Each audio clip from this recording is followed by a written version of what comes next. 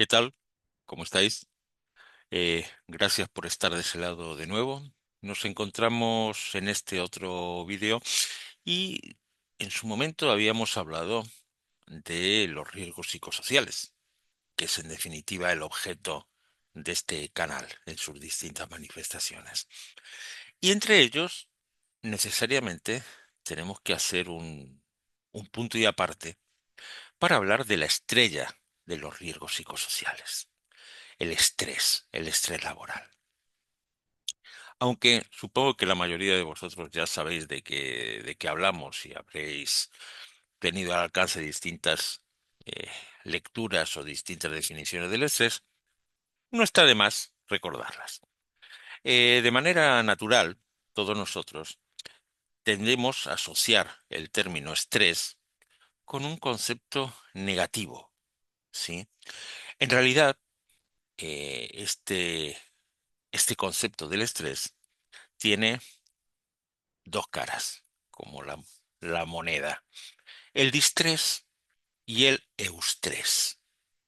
El distrés sería el estrés malo, que viene a ser una especie de estrés cronificado, de tal manera que al no poder adaptar nuestro organismo a una repetición de exigencias por encima de lo normal, llega un momento en que empieza a pasarnos factura. ¿Mm? Y empezamos con determinados problemas en los que nos vamos a detener en otro video, porque si no, este sería demasiado largo. El eustrés, por otro lado, es el estrés, digamos, que nos permite sobrevivir, que nos permite seguir adelante. Es el estrés que tiene un deportista o un corredor de 100 metros antes de que se dispare esa pistola y comience la carrera. Es el estrés que tenemos cuando vamos manejando un coche, un auto, y vemos una pelota que, que va pasando por la calle. Sabemos que probablemente detrás venga corriendo un chico. Es esa sensación, eh, esa inyección de adrenalina que hace que nos pongamos en guardia, que nos pongamos más alerta y dispara una serie de elementos en nuestro cuerpo. En la década de los 80, dos investigadores, Lazarus y Folkman, definieron el estrés como una relación particular entre el individuo y su entorno, que es evaluado por el individuo como amenazante o como desbordante de sus recursos, como que no va a poder hacer frente a lo que se viene, y que pone en peligro, obviamente, su bienestar. En el proceso de estrés, en general, cualquier tipo de estrés, sobre todo cuando hablamos del estrés negativo, ¿sí? Podemos establecer tres momentos. Hay un acontecimiento, un hecho potencialmente perjudicial o peligroso, lo que sería el acontecimiento o el factor estresante o estresor. El hecho, el segundo paso o el segundo momento es que ese acontecimiento, ese hecho, esa situación, eh, esas circunstancias sean percibidas e interpretadas por el sujeto como peligroso, como perjudicial o como amenazante, independientemente de sus características objetivas. Pongamos un ejemplo. Si un sueco va por Estocolmo a las 11 de la noche por una calle y escucha el motor de una motocicleta, probablemente no se sobresalte. Cualquiera de los que vivimos en el conurbano bonaerense, si vamos caminando por nuestra ciudad, por nuestra localidad, a las 11 de la noche, en una zona más o menos oscura y escuchamos el motor de una moto, vamos a rezar para que solamente sea un robo. Es decir, la misma característica objetiva es interpretada de manera diferente por cada uno de nosotros en función de diferentes aspectos de nuestra historia de vida, de nuestra sensibilidad, de nuestros prejuicios, de una serie de cuestiones, ¿sí?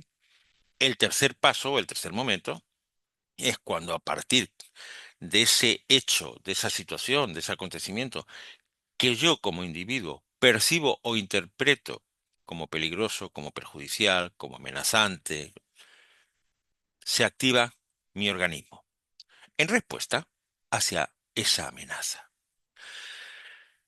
Con esta idea general podemos definir el estrés laboral, que en definitiva es lo que nos interesa acá, como un conjunto de reacciones de distintos aspectos emocionales, cognitivas, fisiológicas y de comportamiento a ciertos aspectos adversos o nocivos del contenido de la organización o del entorno de trabajo. Esta definición fue aportada por la Comisión Europea en el año 2000, es relativamente reciente. ¿Cuándo aparecen estas reacciones eh, al contenido, a la organización o al entorno de trabajo? Por lo general, cuando se produce un desajuste entre el puesto de trabajo y la organización. No es un problema menor. Según datos de la Unión Europea, el estrés relacionado con el trabajo cuesta al año a la Unión Europea, o costaba al año antes de la crisis de salud del COVID, alrededor de 20.000 millones de dólares anuales de costos indirectos. Y lo sufría entre un 28 y un 30% de los trabajadores. Hay otros estudios que indican que el estrés está detrás del 50% de todas las licencias laborales por enfermedad en la Unión Europea. La realidad en Argentina tampoco creo que sea muy diferente.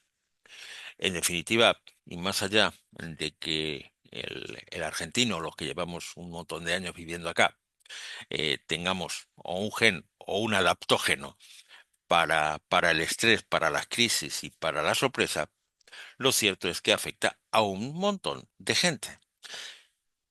Y al igual que pasaba en la Unión Europea,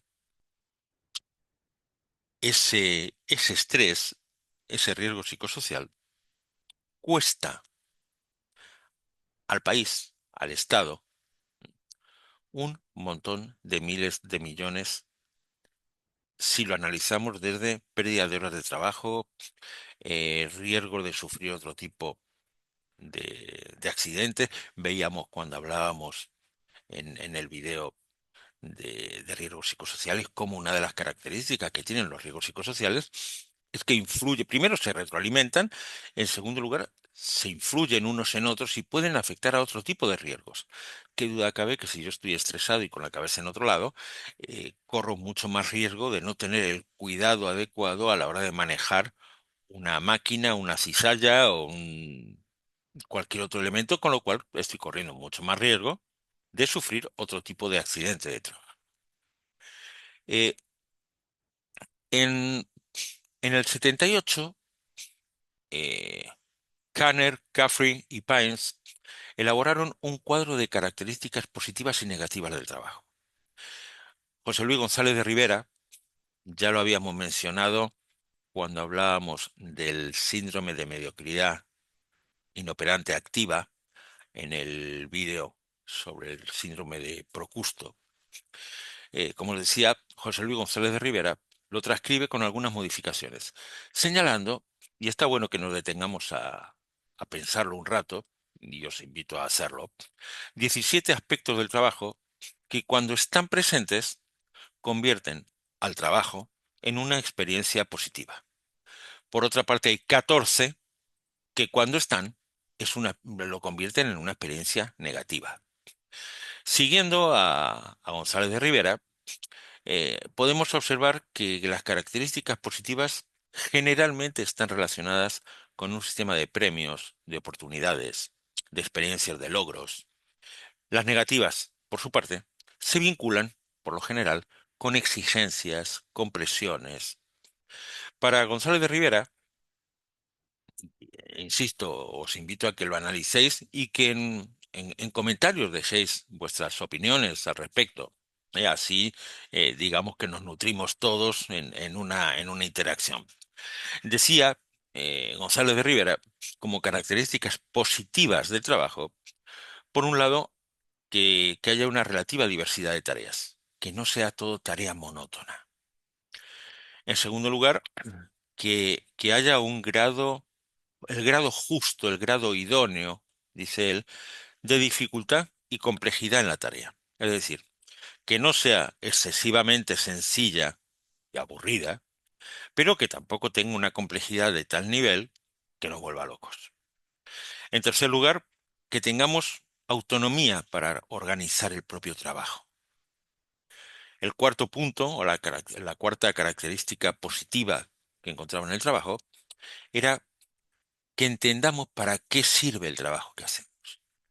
Que la tarea que hagamos sea con sentido, o al menos que encontremos el sentido de esa tarea para nosotros.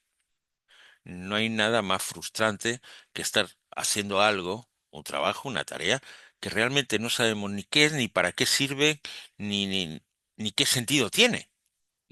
Es como estar inmersos en el sinsentido laboral.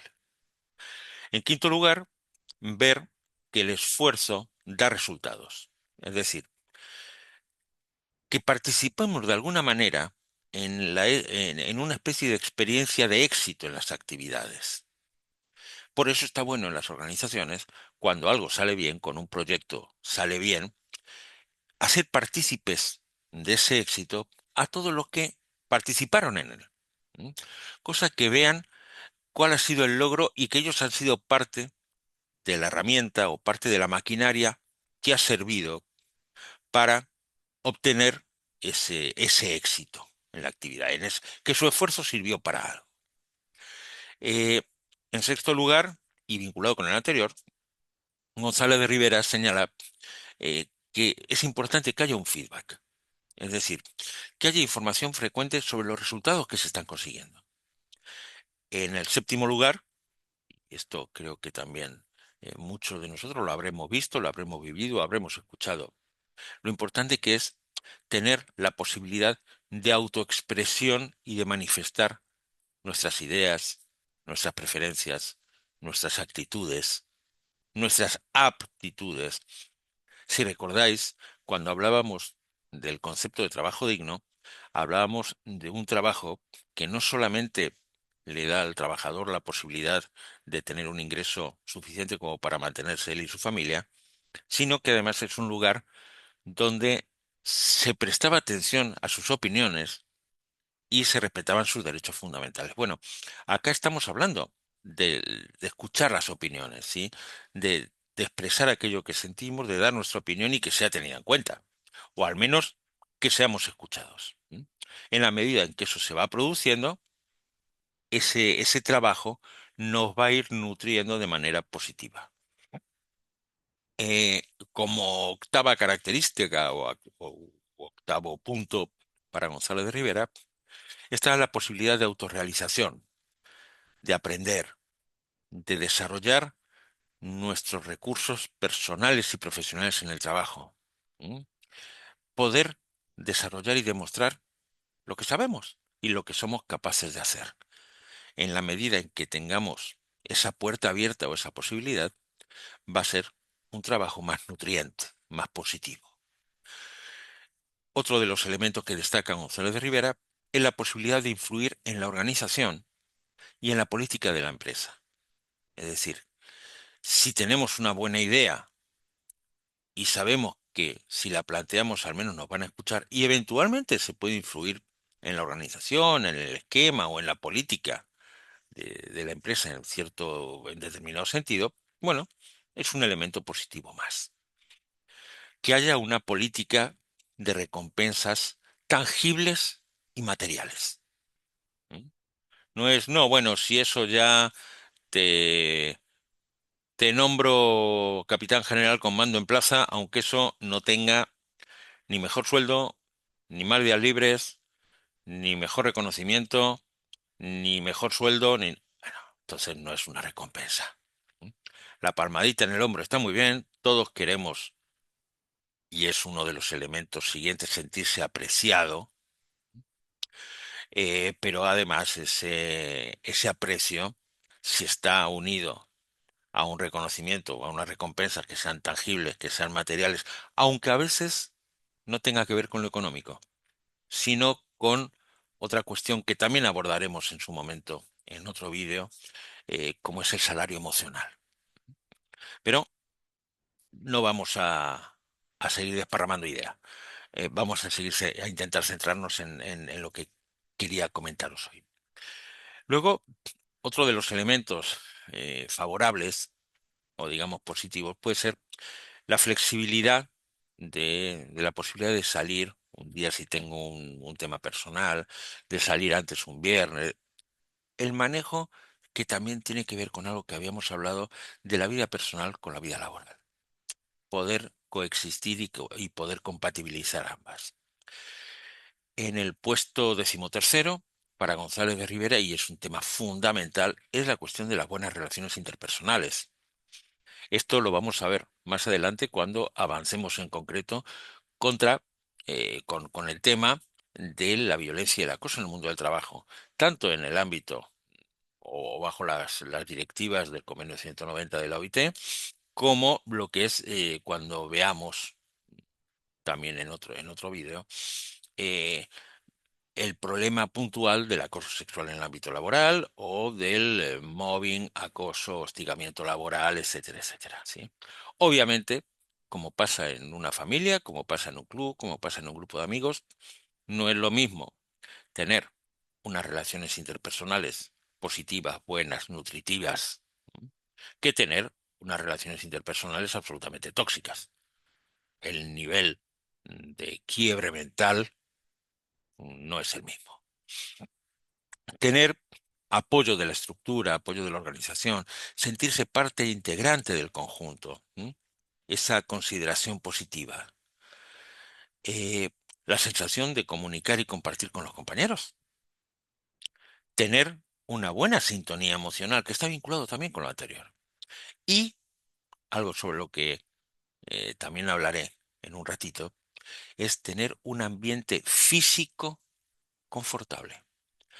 Muchas veces una situación o la detección de riesgo psicofísico en una organización, en una empresa, en una oficina, tiene que ver no tanto con el contenido del trabajo, no tanto con el liderazgo, no tanto con el tipo de tareas que haces, sino con el ambiente físico. ¿Dónde trabajo? ¿Cómo trabajo? ¿En qué condiciones trabajo? Y ahí es fácil de intentar buscar una solución para mejorar o para intentar aminorar o incluso eliminar las consecuencias que eso puede tener en el equipo de trabajo. ¿M? Trabajar en un ambiente físico confortable en distintos aspectos es fundamental. Y si no lo tenemos, es muy probable que terminemos con una suerte de epidemia de estrés. En cuanto a las características negativas del trabajo para González de Rivera, eran por un lado las amenazas de castigo, esto de estar trabajando en un lugar donde siempre tiene la espada de Damocles y el tipo con el látigo, que en cualquier momento te va a castigar, te va a sumariar, te va a sancionar.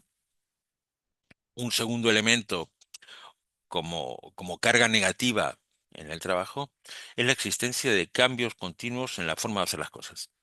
Hoy lo hacemos de una manera, mañana de otra, pasado de otra, con lo cual el trabajador no termina de saber realmente ni cómo se hacen las cosas, ni cómo se tienen que hacer las cosas, ni cuál es su responsabilidad. ni- Entonces, el que te cambien permanentemente la forma de hacer las cosas o las indicaciones, las órdenes, verdaderamente es un factor estresor importante. Luego, como todos los excesos son malos, es negativo tener muy poca actividad como tener demasiada actividad. ¿M? Estar sobrecargado de tareas a tal punto que no doy abasto o no tener nada para hacer.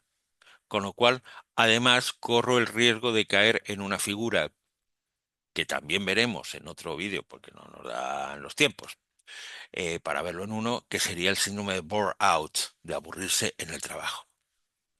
Eh, otro aspecto negativo es estar permanentemente presionado, ¿m? La necesidad de demostrar permanentemente cuánto vales. ¿M? Es como estar en una carrera permanente en la que No tienes compañeros, tienes competidores. Trabajar en ese ambiente verdaderamente resulta tóxico y te enferma a cualquiera.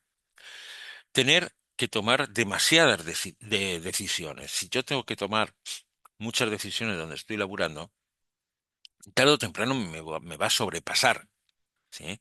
La cabeza va a terminar echándome humo. Otra característica negativa del trabajo es el riesgo físico.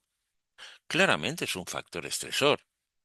No es lo mismo el estrés que tiene que vivir o con el que tiene que vivir un empleado de una mesa de entrada de un organismo oficial donde pone un sello cada 15 minutos, ¿m? Y como mucho va a tener un tipo de mal humor que va a venir a gritarle, que un desactivador de bombas de las fuerzas de la especiales de policía. Claramente. Y más allá de que seguramente el, el desactivador, el artificiero, eh, necesita esa carga de adrenalina que el otro no. Pero evidentemente es una carga de adrenalina que poco a poco se va haciendo permanente hasta que llega un momento que le va a afectar irremediablemente. Una presión ambiente estresante como elemento también negativo. Interferencias burocráticas, eso que tienes que preparar 25 informes y 2 formularios para pedir que te traigan un paquete de papel para la fotocopiadora. Complicaciones administrativas, sentimientos de culpabilidad con el trabajo. Hay trabajos que son altamente exigentes o que colocan a la persona en un rol desagradable, ¿sí? En el cual se puede sentir culpable. Tener una respuesta emocional excesiva. A veces el excesivo compromiso con el trabajo que ya se torna casi casi los workaholics, ¿sí? O exigencias conflictivas por parte de otras personas. Evidentemente, la ausencia de características positivas, la fuerte presencia de las negativas o un importante desequilibrio entre unas y otras va a dar lugar a la presencia segura de una situación de estrés en el trabajo. Pero os mencionaba hace un momentito que el estrés puede venir de distintos lugares. ¿Cuáles son las fuentes más comunes de estrés laboral?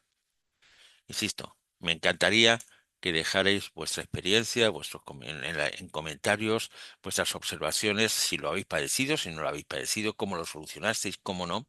Eso enriquece a toda la comunidad. Por un lado, el entorno físico del trabajo.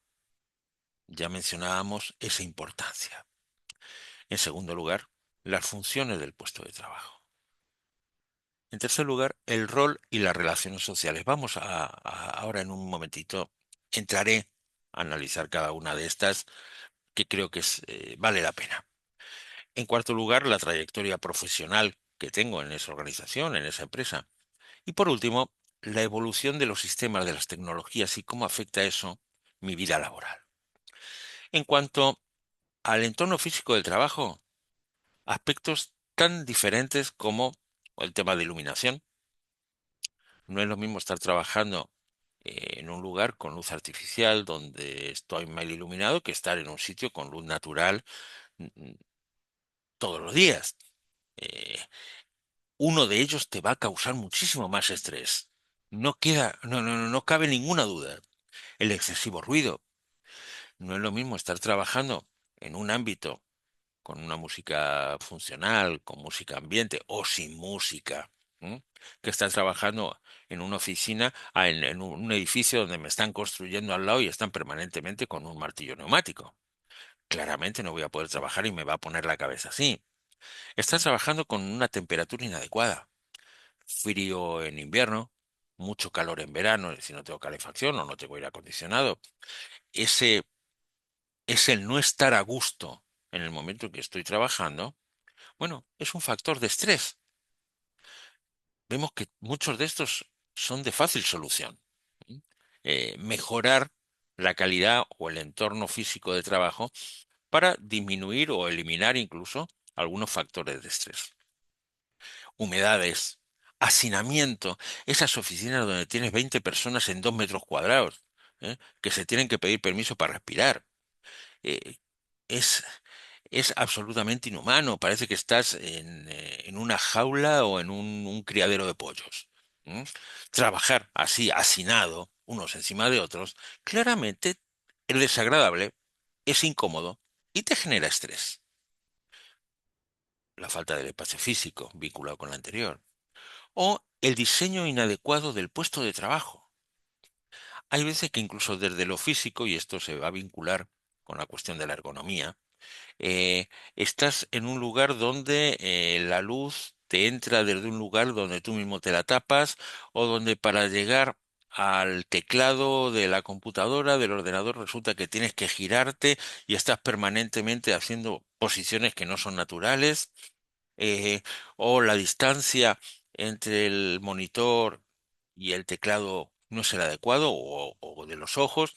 ¿Cuántas veces vemos por ahí en muchos lugares donde alguien ha tenido que poner un par de volúmenes de una guía telefónica para subir arriba el monitor y estar a una altura adecuada? Bueno, el diseño inadecuado del puesto de trabajo, que hace que estemos incómodos, que no se ajusten a las necesidades, es un factor estresor, más allá de los efectos que puede tener a nivel ergonómico. Eh, También otras de las fuentes, como decía, de estrés laboral son las funciones del puesto de trabajo. Acá podemos hablar, lo hacía también González de Rivera, un ritmo de trabajo inadecuado, una carga mental excesiva, el trabajar en turnos, con cambios de horario, con turnos rotatorios o rotativos, el hecho del trabajo nocturno que atenta contra el reloj biológico natural. ¿Eh? Eh, por ejemplo, la indefinición de funciones, cuando alguien no tiene muy claro qué tiene que hacer y qué no, porque además se te genera una sensación de inseguridad, no sabes qué está mal, qué no está mal, si te van a sancionar, si te pueden llamar la atención por algo cuando no tienes claro qué es lo que tienes que hacer. La monotonía en el trabajo, una falta de control o un exceso de control, un exceso de tareas, la falta de autonomía a la hora de organizar tu trabajo, de realizar tu trabajo, o una excesiva dependencia de alguien. Todo esto también son fuentes de estrés laboral. El rol y las relaciones sociales tiene que ver, por supuesto, con la ambigüedad de roles, el aislamiento, el hecho de estar trabajando aislado en una esquina o yo qué sé, en un rincón donde realmente no tienes contacto con otra gente, estás ahí solo. Bueno, todo eso genera estrés. La doble dependencia funcional y jerárquica, es decir, cuando tienes dos jefes y para los dos es todo urgente, todo es para ayer, pero resulta que uno que te dice blanco y el otro te dice negro. Eso le vuelve loco a cualquiera. Inadecuación de la persona al rol o a la función que se le exige. Hay veces que ponen a atender en una mesa de entradas o en atención al cliente a gente que no tiene habilidades sociales, gente que es tímida, gente que no aguanta o que no puede manejar una situación de crisis. Le va a generar, más allá del problema de no dar un servicio o no dar una atención adecuada, le va a generar un estrés adicional enorme. Tener roles conflictivos, la falta de confianza, el sentir que no tienen confianza en lo que estás haciendo, la rivalidad. Si tienes detecta la rivalidad entre compañeros, volveremos a hablar de este tema. Ya lo habíamos hablado cuando hablábamos de Procusto, por ejemplo, o del síndrome de Cronos, ¿eh? Que todos están en el canal. Os invito a que le echéis un vistazo. Pero esa rivalidad permanente nos pone en un estado de alerta que tarde o temprano nos va a enfermar. Por supuesto, las malas relaciones con compañeros, con superiores, todo lo que tiene que ver con la violencia y el acoso en el mundo del trabajo. Puesto que, y os lo adelanto ya, ¿sí? No es necesario llegar al vídeo donde hablemos de violencia y acoso, pero esta se puede dar en todos los sentidos, no solamente de un superior jerárquico hacia los subordinados, se da también desde los subordinados hacia el superior jerárquico y muy frecuentemente a nivel horizontal, entre pares, entre compañeros. Entonces, si yo estoy en un ambiente donde esa relación es pésima, caramba, lo lógico es que la cabeza me eche humo y que genere una situación de estrés importante. Otro de los elementos, por ejemplo, es la trayectoria profesional. No es lo mismo estar trabajando en un lugar donde sabes que si trabajas bien, te esfuerzas y haces las cosas como corresponde, vas a poder ser promovido, vas a tener un ascenso, vas a poder crecer en la organización. Es decir, ¿de qué sirve que trabaje bien si igual no voy a salir del agujero donde estoy? Eso obviamente va a variar mucho en el tipo de organización en la que estoy. ¿M? En una estructura mucho más compleja, siempre va a ser más sencillo obtener un ascenso, digamos, o el reconocimiento y una promoción profesional, que si es una estructura muy chica donde realmente tampoco hay muchas posibilidades de crecimiento. Eh, la falta de formación. eh, Durante la época de la pandemia que todos nosotros nos tuvimos que centrar en el trabajo en casa, ¿sí? En el home office, había mucha gente que no estaba habituada a la tecnología, sobre todo gente de cierta edad, a la que además le costaba más y tenía más miedo de abordar este tipo de cuestiones, pero de repente estaban en casa, tenían un ordenador, una computadora, tenían una serie de programas y tenían que trabajar, pero nadie les formó, nadie les dijo cómo tenían que hacerlo. Sin embargo, luego les exigían el resultado. Esa falta de formación adecuada a la tarea que tienes que llevar a cabo, claramente es un factor estresor de primer nivel. El hecho de no ver futuro en una empresa, en una organización. eh, ¿Qué futuro tengo yo acá si acá no se puede crecer? El incumplimiento de expectativas es muy común y eso, si alguno de vosotros trabaja en la administración pública, verá o lo ha visto o lo ha vivido o ha estado cerca o ha escuchado hablar de este problema. Hay muchas veces que una determinada persona está cubriendo un interinato, se deja las pestañas trabajando en la esperanza de que cuando se genere la vacante efectiva lo van a incorporar, porque así además se lo ha prometido el jefe, y, oh misterios insondables del ser humano, cuando se genera la vacante efectiva, el que aparece para ocuparla es el sobrino del jefe y no el que se ha estado dejando las pestañas durante X tiempo para hacer lo mejor que estaba a su alcance precisamente con esa expectativa. Otro aspecto que influye, por supuesto, es la provisionalidad del trabajo. No es lo mismo eh, el cómo está sentado ante un trabajo, cómo está plantado, la tranquilidad que puede tener alguien que está en planta permanente o con un contrato indefinido, a alguien que está con un contrato provisional, un contrato de 3 meses o un contrato de 6 meses o cubriendo un interinato de alguien que se fue de vacaciones al Tíbet y no sabe cuándo llega. O de alguien o de una compañera que resulta que fue mamá, entonces pidió una licencia. No es lo mismo estar en un trabajo donde te asegura, de alguna manera, con todo lo seguro que puede ser hoy en día un puesto de trabajo, eh, un ingreso para mantenerte tú, para mantener a tu familia, que estar en una cuerda floja permanente, ¿eh? El, o estar en un ámbito laboral donde hay permanentes reestructuraciones. Estar en una empresa o en una organización de esas características te tiene los nervios a flor de piel. eh, Empresas donde hay mucha movilidad, donde hay muchos traslados de una sucursal a otra. Esto también ocurre mucho en empleo público, donde no hay una rebaja salarial, no hay una jerarquización, pero además el empleado está a disposición de la administración pública, con lo cual hoy estás en determinada dependencia y pasado mañana a lo mejor te pueden mandar a otra, con todo lo que eso significa. Aún a riesgo de caer en el ámbito privado es más sencillo porque tienes todo lo que está vinculado con el exceso del ejercicio del jus variandi, de las facultades que tiene el empleador de cambiar las condiciones de trabajo del empleado, pero en el ámbito público a veces eso se complica. La proximidad de la jubilación. Eh, ¿Qué va a pasar cuando cumpla la edad de jubilación?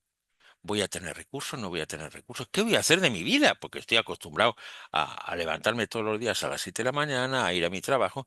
¿Qué hago después?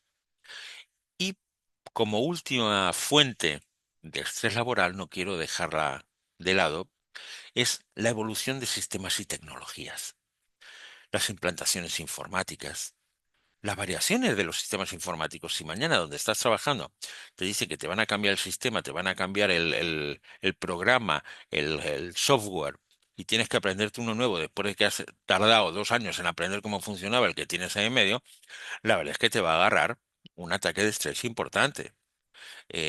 Aquí también tiene que ver esa falta de formación de la que hablaba antes. El incremento a veces de requerimientos personales, de ritmo de trabajo, el aumento muchas veces de control y fiscalización para ver si te has adecuado bien a las nuevas tecnologías, las reducciones de plantilla, que no sabes, sobre todo en la época que estamos pasando ahora de inteligencia artificial, donde todos vemos amenazados nuestros puestos de trabajo en un futuro inmediato y nos va a sustituir un chatbot, ¿eh? Que va a dar los buenos días y va a dar la información. De hecho, todos convivimos con eso, ¿eh? Con esa evolución. El otro día, en una mediación, el colega requirente era un colega, además, era un abogado en causa propia, que estaba asistido por otro colega un poco más joven, que era el que me trajo la mediación en mi calidad de mediador. Eh, y me decía, dice, mira, yo he dejado de litigar, porque no soy capaz de adaptarme a las nuevas tecnologías, a eso de subir los escritos digitales, a las audiencias por Zoom, eh, porque no me hago, no me hago con el manejo. Y bueno, y hay hay una generación de la que algunos de nosotros formamos parte, que somos eh, emigrantes digitales, pero en realidad somos nativos analógicos. ¿M? Hay gente más joven que ya nació con la tecnología y hay otros que nos cuesta más o menos. Yo siempre reconozco o siempre digo que mi primer contacto con Zoom fue a comienzos de la pandemia cuando me invitaron, una gente muy querida, a dar una charla o participar en un evento por Zoom. Y para mí era un mundo absolutamente desconocido. Y hoy nos hemos acostumbrado y forma parte de nuestra cotidianidad. ¿Eh? Hoy el 80, el 90% de las audiencias, al menos de mediación que se hacen en la ciudad de Buenos Aires, en el ámbito de la ciudad de Buenos Aires, se hacen por Zoom o utilizando alguna otra plataforma. Pero evidentemente esa evolución de tecnología supone un cambio importante, ¿m? Donde no todo el mundo está en condiciones de adaptarse, de ajustarse, y eso genera un estrés laboral importante. Hasta acá este primer vídeo sobre estrés laboral. Eh, Subiremos un segundo vídeo en breve hablando sobre las fases de ese estrés laboral, qué características, cómo va afectando a nuestro organismo, y qué consecuencias tiene para la salud, sobre todo cuando ese estrés deja de ser un estrés puntual, concreto y en un momento muy establecido, como decía, muy puntual, ¿sí? Para transformarse en un estrés que se va cronificando y eso tarde o temprano va a afectarnos desde lo cognitivo a lo fisiológico e incluso de nuestro comportamiento. Con esto termino este vídeo, no quiero que se haga mucho más largo. Como siempre, gracias por estar ahí. Si te pareció interesante, bueno, suscríbete al canal, activa la campanita para no perderte futuros vídeos que podamos subir. Revisa los anteriores que hay en el canal, a ver si hay alguno que te interese. Estoy seguro que sí. Estamos abiertos a sugerencias, en observaciones, en comentarios. Regálanos algún me gusta, que eso al algoritmo de YouTube le encanta y hace que publicite o que haga llegar a más gente estos vídeos que hacemos con todo el cariño y con toda la profesionalidad que podemos. Y bueno, eh, como le decía, gracias por estar de ese lado. Nos vemos en un próximo vídeo y hasta entonces, cuidaos.